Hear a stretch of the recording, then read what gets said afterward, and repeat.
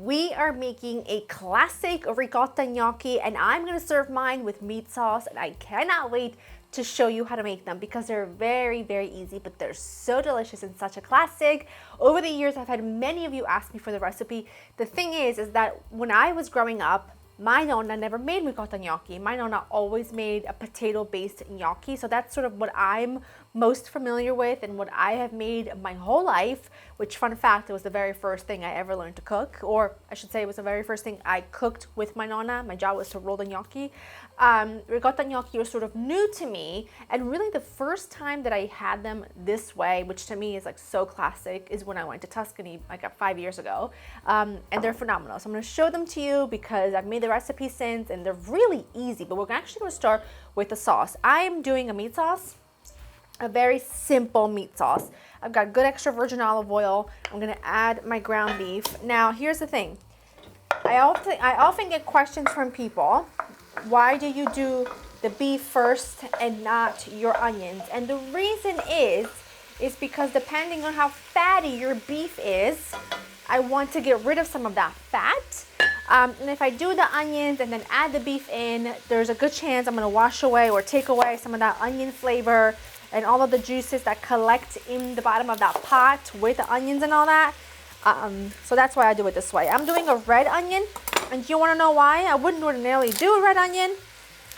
I would usually do a yellow onion, but I thought, when I was at the grocery store, I thought that I was grabbing a bag of onion that has half red, half yellow, and I didn't. I grabbed all red, but really, it's absolutely fine. I'm gonna dice the onion really small. My meat sauce is very simple, very classic, and very straightforward, and I am just going to do it exactly like I was taught. Did you know, another fun fact, Italian, and I mean like if you go to Italy, most Italians, I would say 90% of Italian dishes call for either garlic or onions.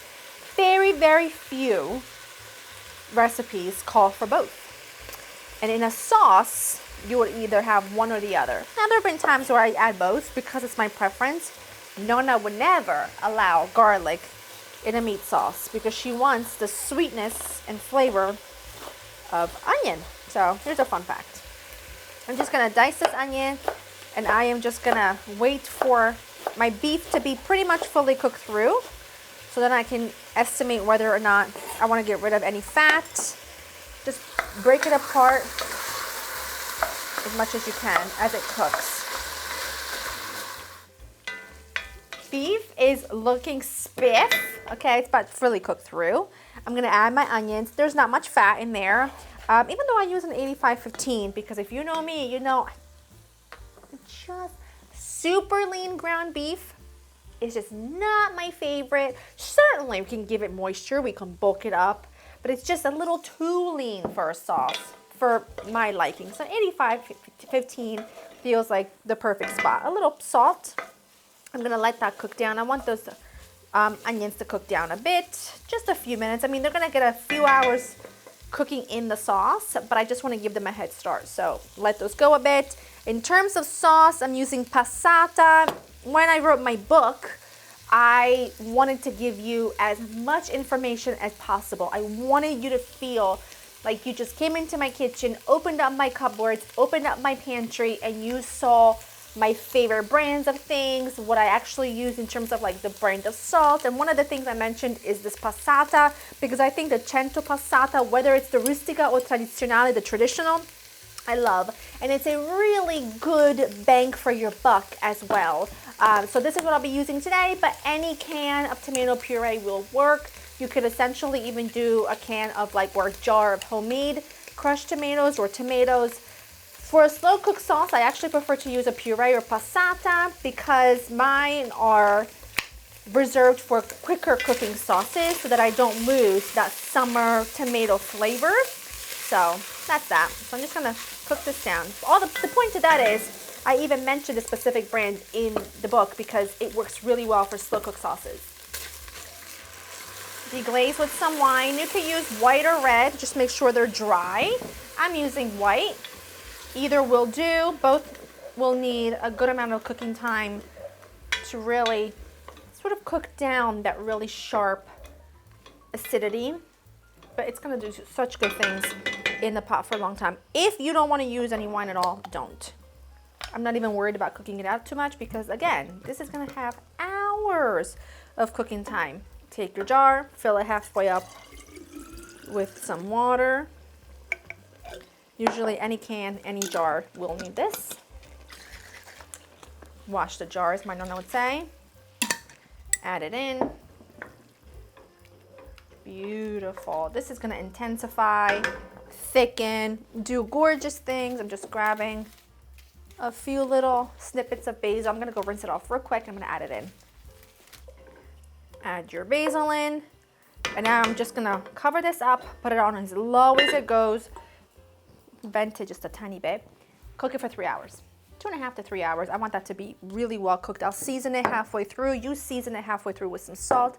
And if you want, depending on the kind of tomato that you're using, you might want to add a pinch of sugar to balance all the acidity between the wine and the tomato, but I'm just gonna let it go. Sauce is ready. Look how gorgeous and thick. It cooked for a few hours. I added a few fresh leaves of basil. It's well seasoned. It's good to go. Let's work on the ricotta gnocchi. Now, this is ricotta. Let me bring this closer to you. To me, I should say. This is a 15-ounce container of ricotta. I love the Galbani brand, but any brand that you like, just please use whole milk ricotta. And I have it draining over some paper towels, over a sieve. You want to do this a minimum of about 6 hours before, but really 24 hours in advance is your best bet. You want to really get rid of as much liquid and water out of the ricotta as possible. And now it's at a really good thick stage. So, very easy. Save, if you're using paper towel, it also works really great if you want to use coffee filters. Add that right in, save your paper because you're going to keep your dough covered. You see how it's really nice and thick? This resembles fresh ricotta, which is really the best thing to do to make something like this with. It's really thick, it's perfection. I'm going to use 2 eggs. Now, these are our fresh eggs from our chicks. If you're using standard large eggs from the grocery store, use 1 large egg and 1 egg yolk, but these are a little bit smaller, so I'm just going to use 2 whole eggs. But like I said, standard American eggs, large eggs from a store, you want to use a whole egg and a yolk. And I added a pinch of salt, and you're going to want to mix this just until that egg, well, those eggs I should say, are somewhat combined in the ricotta. Now, next step is your flour and your parm. And I want to talk to you about the parm because this is really important. Ordinarily, when you're using grated parm, I'll give you an amount like a half a cup or something like that. Except for this, I am giving you a more accurate measurement. You want about 6-ish ounces of grated parm. And the reason I say that is because it does matter that you're using the right weight, because if you're using a half a cup of grated parm on your microplane, it's only going to equal out to about 1 ounce because it's so fine, and this is going to be a main part of your binder. So it's a good amount. Keep 2 ounces aside because if you need a little bit more, you have it, but usually about 6 ounces of grated parm works out perfectly. And you add your flour in. I have a baking sheet next to me that's been lined with parchment paper and dusted with flour. You can even use some semolina if you want to. This is good. Have some flour. Use a whole 8 ounces of parm.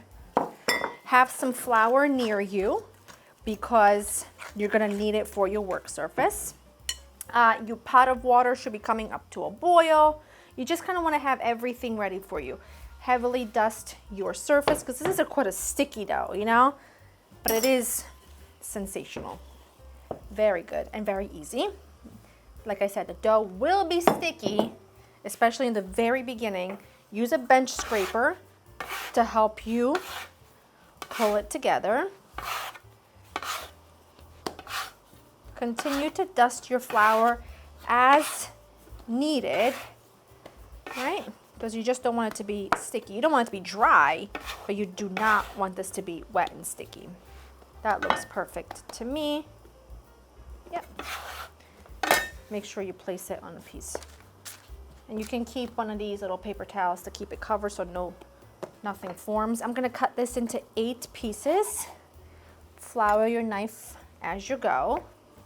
And I'll show you how to do one. Okay, cut it into 8 just little wedges. And like I said, keep flour handy because this is gonna be a little bit tacky. Okay. You're gonna roll this into a log. You see how it's tender, and you want enough flour so that it's not sticking to you, but you don't want enough flour so that it's kind of dry and crumbling, which is why it's really important that you're using the right measurements. Otherwise, it's just not gonna be good. Roll it to about, I would say 12-inch little rope. Take a sharp knife. And unlike a potato gnocchi, you don't have a need to roll this on a fork or a gnocchi board or anything of the sort. Dip your knife if you feel like it needs to. And basically what you're making are like little pillows, and they are so good. They cook up so fast. See how nice? And just place them on your baking sheet that's been well prepped. You can also, like I told you, add semolina instead of flour. I don't happen to have any, and to be honest with you, I never really remember to, it's that one thing I just don't really remember to buy often. I usually buy it more during the summer when I'm making pizzas outside, but you know, this works just as well. Do not panic because they are light as a feather, but yet still have a good amount of chew to them. My sister is crazy for this gnocchi, and she's gonna be so happy when she comes home today because she's been begging me to make them. So that's it. That's how you do it. I'm gonna take another one. Again, very lightly as I go. Flour my work surface. Just, you know, rock and roll. Make sure that the water is up to a boil because it's nice to be able to cook them. But here's the thing, you can also freeze them. If you don't want to cook them right now, you place the whole baking sheet in your freezer for about an hour until the gnocchi are somewhat, you know, frozen, and then you take them off the sheet pan, place them on in a large Ziploc bag, close them up, and when you want to cook them from frozen. They take an additional 30 seconds to cook, and they are perfection. So if you want to double the recipe in the day you're making gnocchi and bring a friend over, maybe even triple the recipe, that's great. Make some for tonight and then store some in the freezer for another time. Perfect. Water is up to a boil. You can let them rest like 15 minutes. You can flash freeze them for 5 minutes if you want. Or like I said, at this point, you can just throw them just like this on the baking sheet in the freezer till they're frozen. And then you have them. But they are ready to go, cooked from the very beginning. I like to place them on a spider, a kitchen spider. Shake off excess flour. Your water, make sure it's well seasoned and well boiled. Well seasoned. And up to a boil. They take like 30 seconds to come up to, well, cooking temperature, you know, till they float to the top and then pretty much cooked. I do them in batches just simply because I don't want to drop the temperature of the water and then I have to wait for it to come back up. But you see how they're starting to float really easily? Now here's something that's really important. Take a little bit of your sauce, place it in the bowl so that they can be tossed. Woo! It's okay. They can be tossed with that sauce because otherwise if you don't, they're all going to start to stick together. Once they float to the top and they stay floating to the top, they are done and they're pretty much there.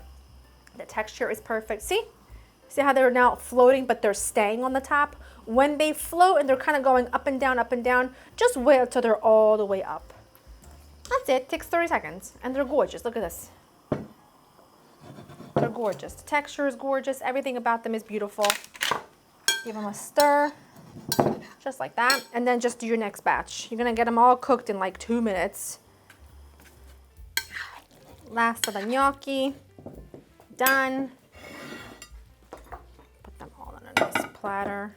Look at gorgeous. Look at how stunning. Beautiful. They're so lovely. They're so light. They're cheesy, they're light. I use all parm, but you could certainly use parm and pecorino. I think if you use all pecorino, they're gonna be really strong. But you know, if you like a strong flavor of pecorino, by all means. You know, Look at that. Does that scream Sunday dinner or what? Oh my gosh. They're so light. They're like a little edible pillow. They're light, they're delicious. That meat sauce with them I think is a must-have, but you can do pesto, brown butter, plain marinara, completely up to you. This is just how I would prefer to serve them, because if I'm going through the hassle of making homemade pasta or homemade gnocchi, I'm serving it with a meat sauce. But that's just me. Recipe alarm in thekitchen.com. Hope you enjoyed spending time with me, and I will see you in the next one. Bye.